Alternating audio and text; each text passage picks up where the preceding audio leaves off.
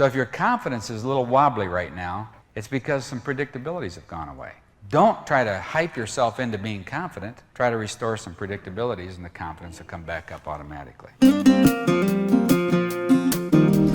So have you made that connection between personal, maybe even team morale and predictability in life? Well, I love the thread that Bobb Biehl weaves through his talk as we're on part 2 of Principles of Decision Making. And I'm Ken Powell, host of FCCI's Pathway to Purpose podcast. On this episode, renowned executive coach Bobb Biehl delivers 4 more principles to help guide critical decision making.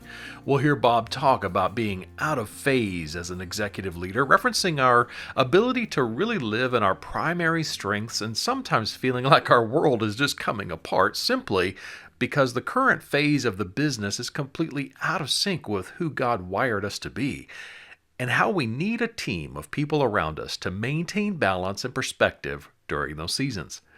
Bob will highlight not only how to maximize the strengths of our team, but also how to ask right questions and how to correctly think about balance in life while pursuing business growth and development.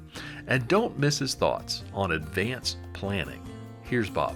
While you're sort of sitting there waiting for that opportunity and looking for the opportunity to come along, if you can get your team mobilized to add staff that is needed, and add budget, and add IT strength, and add this, develop the product, do the R&D, etc., so that when the opportunity comes along, we're ready to go. That's where planning comes in. I've been teaching planning for 25 years now, and it was just last summer that I came up with that definition, because it was for the first time I saw that, you know what, I had seen the goals and problems, which a lot of people still don't see. A lot of people still assume everybody should be goal setters when they grow up. I saw that 5-6 years ago, but I didn't see that opportunity piece until last summer. When I saw that, I began to see that planning is actually building capacity to respond to opportunity, or eliminating the problems keeping us from opportunity. Now, in terms of the question, the situation you're dealing with, does that understanding help at all? Okay, good. Number 6. Peter Drucker says this: the role of the organization is to maximize the strength of the individual and make their weakness irrelevant. That is a great management philosophy. The role of an organization is to maximize the strength of the individual and make their weakness irrelevant.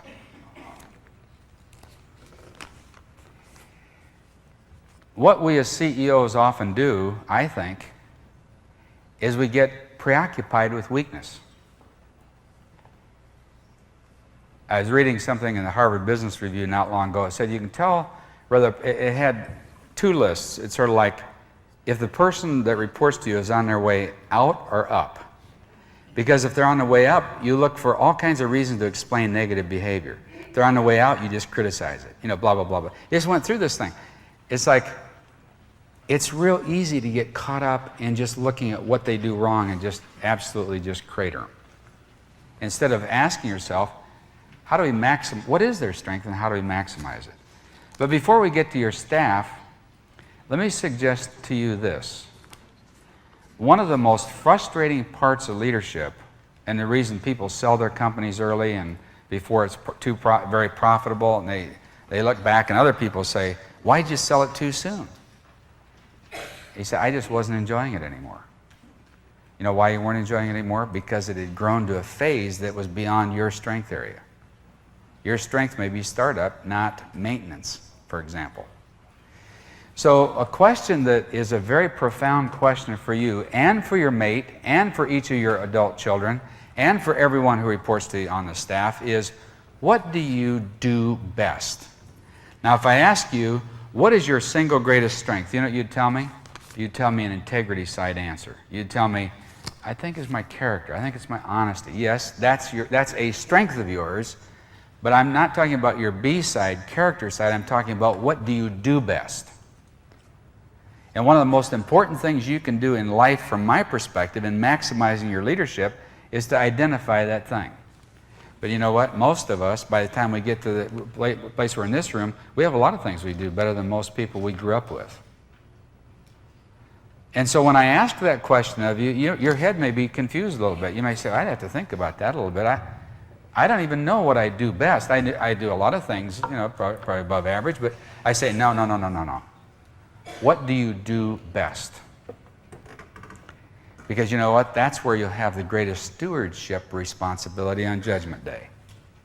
God's not going to hold you responsible for things He never gave you, but He will hold you responsible for what He did give you. So, what is your single greatest thing? What do you do best? Now, let's go back to the director's statement. The role of an organization is to maximize the strength of the individual and make their weakness irrelevant. How do you maximize you as CEO if you don't even know what your own greatest strength is? And are you burning out in the company because you're clear down in here, you're using your strength about 1% of the time, and your weakness in your weak areas, you're trying to lead in your weak areas about 99% of the time. No wonder you're burning out. You know what I've found? I've found that I have never yet in all my consulting career found a person who burned out that was working in their proper phase. There are 5 phases. There's a design phase, which is pure theory. There's a design-develop phase, which is where you develop your prototype. There's a develop phase where you take a model and sort of reproduce it around. Then there's a develop-stabilize phase where you refine, improve, maximize. And there's a stable phase where you just keep it running smoothly. Those 5 things we describe in a resource we have called the team profile. I have never seen a designer burn out designing, ever. What I've seen is designers burn out maintaining or stabilizing. When you get to the wrong phase is when you want out. It's when you burn out. It's where you just get, this isn't fun anymore. So the question becomes, what phase is the company in, and what phase is my strength in, and how do I get to where I can spend more of my time in my strength area and make my weakness irrelevant? The first thing you have to figure out in your company is how to maximize you. Then, how do I maximize my staff? What are their single greatest strength? How do I maximize them? And then, how do we do that all the way down the system? One of the things you might want to consider is taking your team aside, sitting down. This is a great morale booster. Sit around, just go around a circle and say, ask each person to write down, what do you see as your own single greatest strength? What do you do best? And then what do you see each of your colleagues' single greatest strength? What do they do best? And just write those down. And then go around the circle, and this is with people who've worked together for a while, but go around the circle and like, for example, have, if it were my strength we were talking about, start with the person on my left, go clear around the circle, have everybody say what they see my strengths to be, and then I get to go last to tell it what I see it to be. Don't start with mine, everybody say, well, yeah, I see that too. But you know what? By the time you get done with that meeting, some people are going to say, I never saw, I mean, it's like, I didn't even realize that person saw I had strength. They've just been complaining at me all the time. Complaining is a Christian word for, there are other words you can use for that. They've been just on me all the time. But by the time you get done, you think, those people see me as having strength. And you've defined strength. It's a good exercise.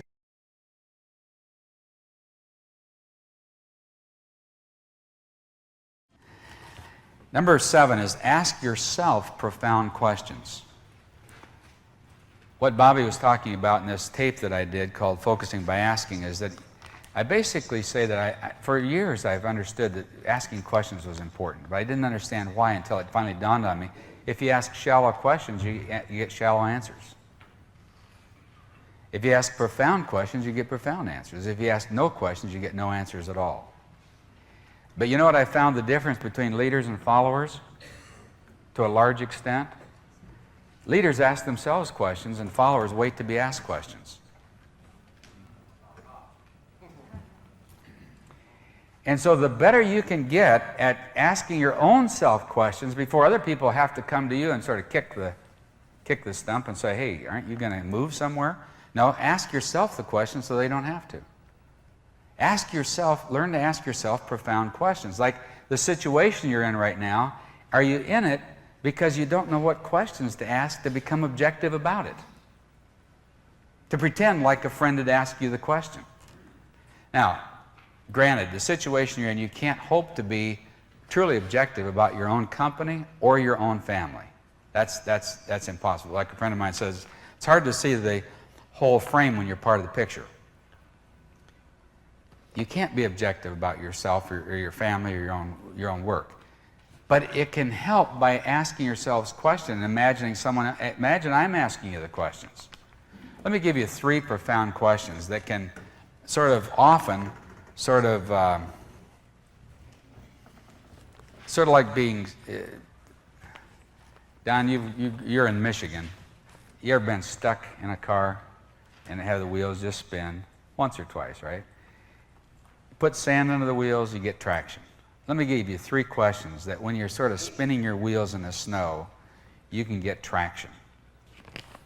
First one is, and this is a fog cutter of an incredible magnitude. I was working with a group one time, and the group happened to include Bill Hybels, who is the president or the pastor at Willow Creek Church. And we were talking on and on and on, and finally Bill asked one question. It was just the fog cutter for the whole thing, and in about 2 minutes we had an answer, and everybody agreed it was the answer. Because he asked the right question. The question was this: what would be the ideal long term? In the situation you're in right now, stuck in, spinning your wheels in, frustrated with, lost perspective on, feeling emotional about, what would be the ideal answer long term?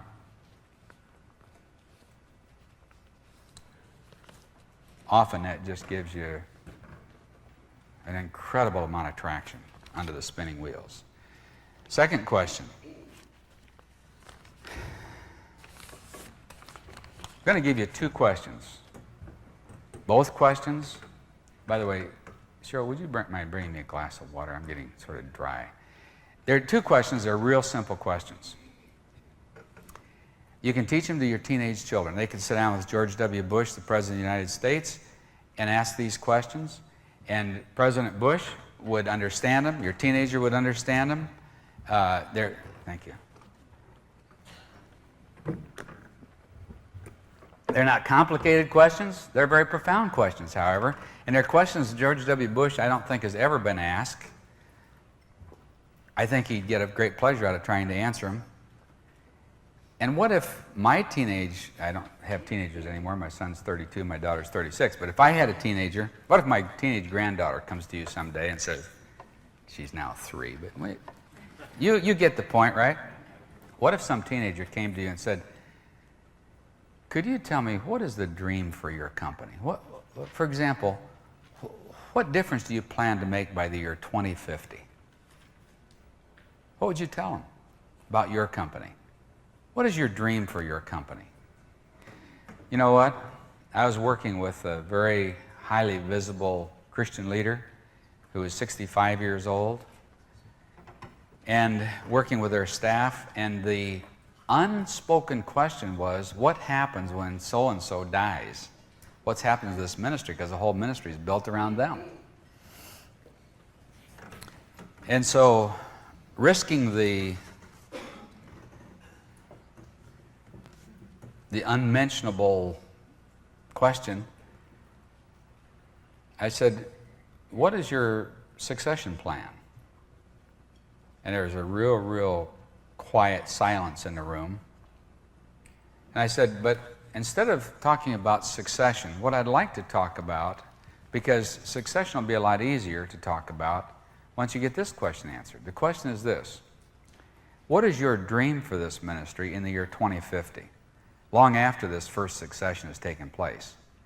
Because you don't know who you need to get to be this person's successor unless you know where you really want the ministry to be in the year 2050, or if the Lord hasn't returned by then.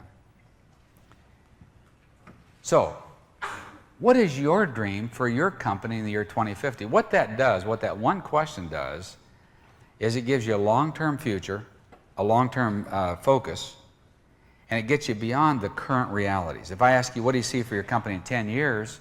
You say, oh man, we got to get this patent deal worked out. We got to get this lawsuit settled. In 10 years, I just can't hardly see it right now. But if I ask you for the year 2050, it's a lot easier to see actually than it is 10 years or 5 years. And yet it gets you down to the essence of what you're all about. Now, so the first question is, what is your dream say in the next 50 years for your company? Can you hear George W. try to get his head around that when your teenager asks him at the White House dinner for junior achievement or something? The second question isn't any more complicated, but it's just equally as powerful. And these questions separated aren't very powerful, but put them together, they're dynamite. And the second question is this: what are the 10 critical steps to turning that dream into reality? 10 critical steps in turning that dream into reality.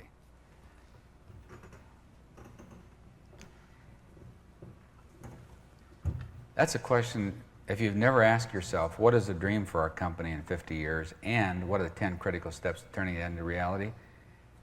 That is a great thing to reflect on for about 6 hours on the way back to LA. Another question that's always very powerful, I think the world's most powerful question is actually why. A 2-year-old can stump a PhD by asking why to the 6th time. I mean, literally, you can stump any PhD in their field and turn them into sheer frustration with 6 why questions in a row. But you know what? The reason it's so powerful, it gets down to essence so fast. Why do we want to buy this company? Well, why is that important? Well, why is that important? Well, why is that important? And all of a sudden, you're right down to the essence of what you're trying to get at. So as you're looking at the situation, you're looking at, why am I so frustrated by this? Why has this situation got me so uptight? Why is it so troubling to me, etc.? Number 8, the key to balance. By the way, we started a little bit late. I talked to Bobby. He said you can go just a little bit late. We're not going to go too late for your lunch, but we're going to just finish up in a few minutes here. And if you say aha right now. Number 8, the key to balance is scheduling your priorities a year in advance.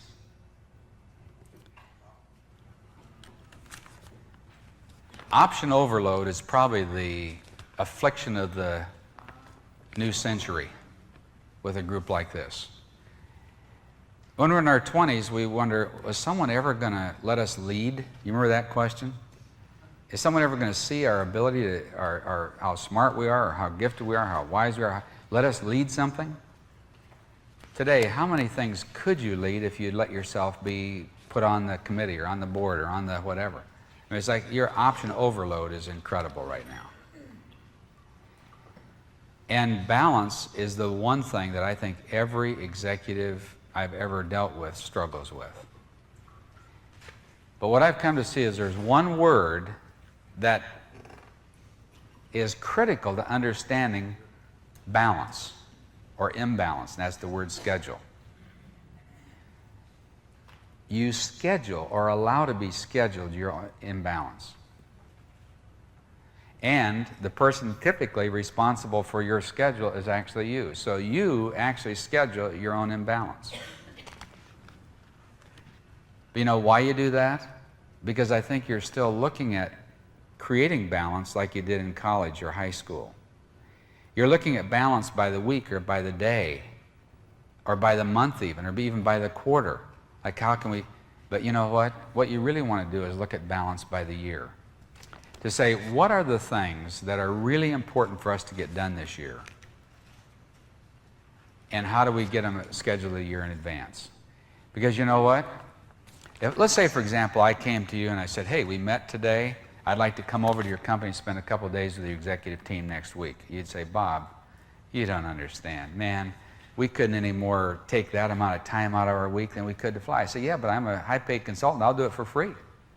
You say, Bob, you don't understand. We're so busy, we couldn't possibly take 2 days away. I say, let's change the scenario just a little bit. Let's say we'd scheduled it a year ago. And it had just been blocked out and protected. Would it be any problem? No. The reason you can't take time away is because you didn't schedule it earlier. For your family, for your vacations, for yourself, for your planning time, think time, whatever. Let me give you another little thing that a guy named Bobby Albert taught me. Where he got it, I don't know. But he asked me this profound question one day. He said, Bob, what percentage of your time are you spending in your company versus on your company?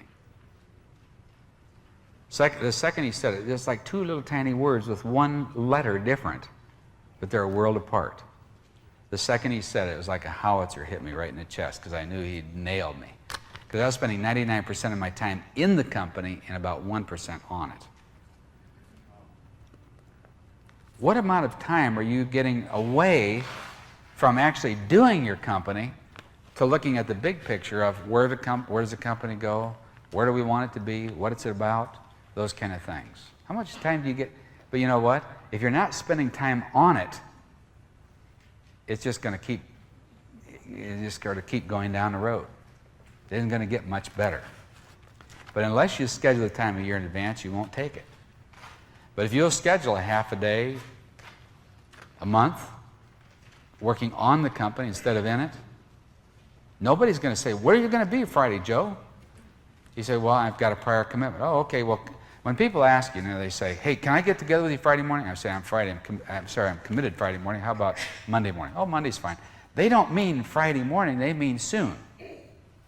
So if you've got it all blocked out, they don't insist on even knowing why it's blocked out or who it is or what you're going to do. They just want to know, can I meet you as soon as possible? By the way, let me tell you how to get 500% more out of this seminar, this retreat, this talk, than you will if you don't do what I'm about to tell you. What can you remember about last FCCI? I'm not asking you to raise your hand and stand up and filibuster. I'm just asking you to say, you think, well, it was a great time. But what principles did you learn? What concepts did you learn? What decisions did you make? You say, well, it was a great time. I remember it was in California or something.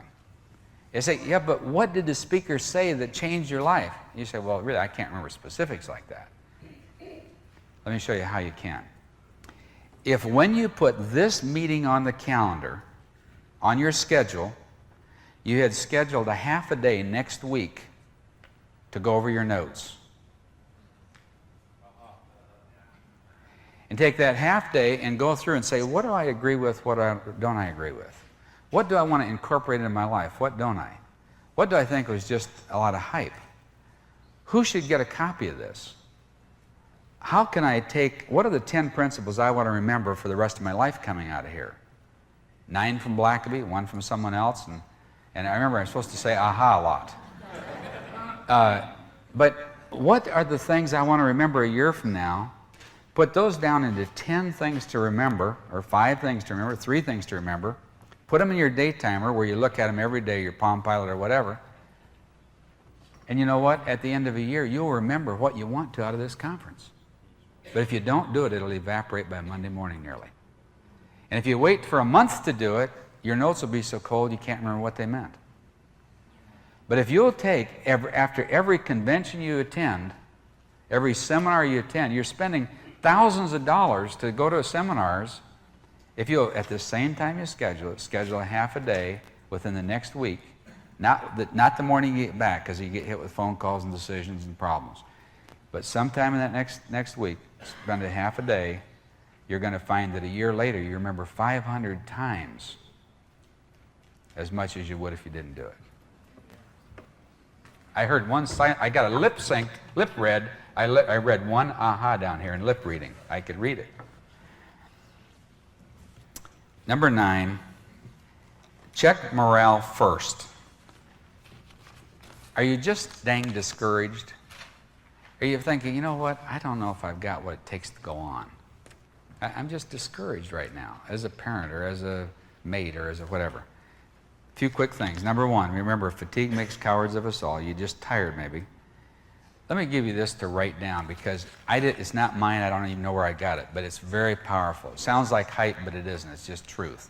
Nothing motivates like results. Nothing motivates like results. I can tell you if your team morale is low, the reason it's low is because you're not seeing the results you thought you'd see. If morale is an all-time high, it's because you're seeing more results than you even expected to see. If your confidence is dragging, let me give you a little insight into confidence. Confidence is a byproduct of predictability. No predictability, no confidence in any area of life. So if your confidence is a little wobbly right now, it's because some predictabilities have gone away. Don't try to hype yourself into being confident. Try to restore some predictabilities, and the confidence will come back up automatically. And then something that Walt Wiley specializes in is encouragement. Let me suggest, I've told probably 1,000 people who are leaders, if you want to specialize in something as a leader, specialize in being an encourager, because that's what's most needed probably. But let me tell you a real simple dynamic here. If you look too far ahead, your team will get discouraged. If you keep them focused too far ahead, they'll get discouraged by how far they've got to go because they're already tired. But if you stop and look back a little bit, they'll be encouraged. Look back at the milestones, you get encouraged. Look ahead too far, you'll get discouraged. So if your team ever gets discouraged, their morale is sort of down. Ted Engstrom, I asked him one day, I said, Ted, if you were away for 6 months and coming back and wanted to know if everything was okay, what would you ask for first? He said, I ask, how's team morale? Because he said, if the morale's high, everything else will get done. If the morale's low, I don't care how clear the focus, nothing else will happen. So if you get back from this conference and your team morale is a little low, help them focus on what they've done right in the past. Look at the milestones we've covered last year. Look at their strength. Talk about the results we've seen, etc. And then another thing is, see yourself as God's student, not life's victim. When your morale is a little bit down, you think, oh, my childhood, and do I have what it takes, and everything. I say no. Instead of that, see yourself as God's student, not life's victim. Say, what did God teach me as a child that's led to strength in my adult life?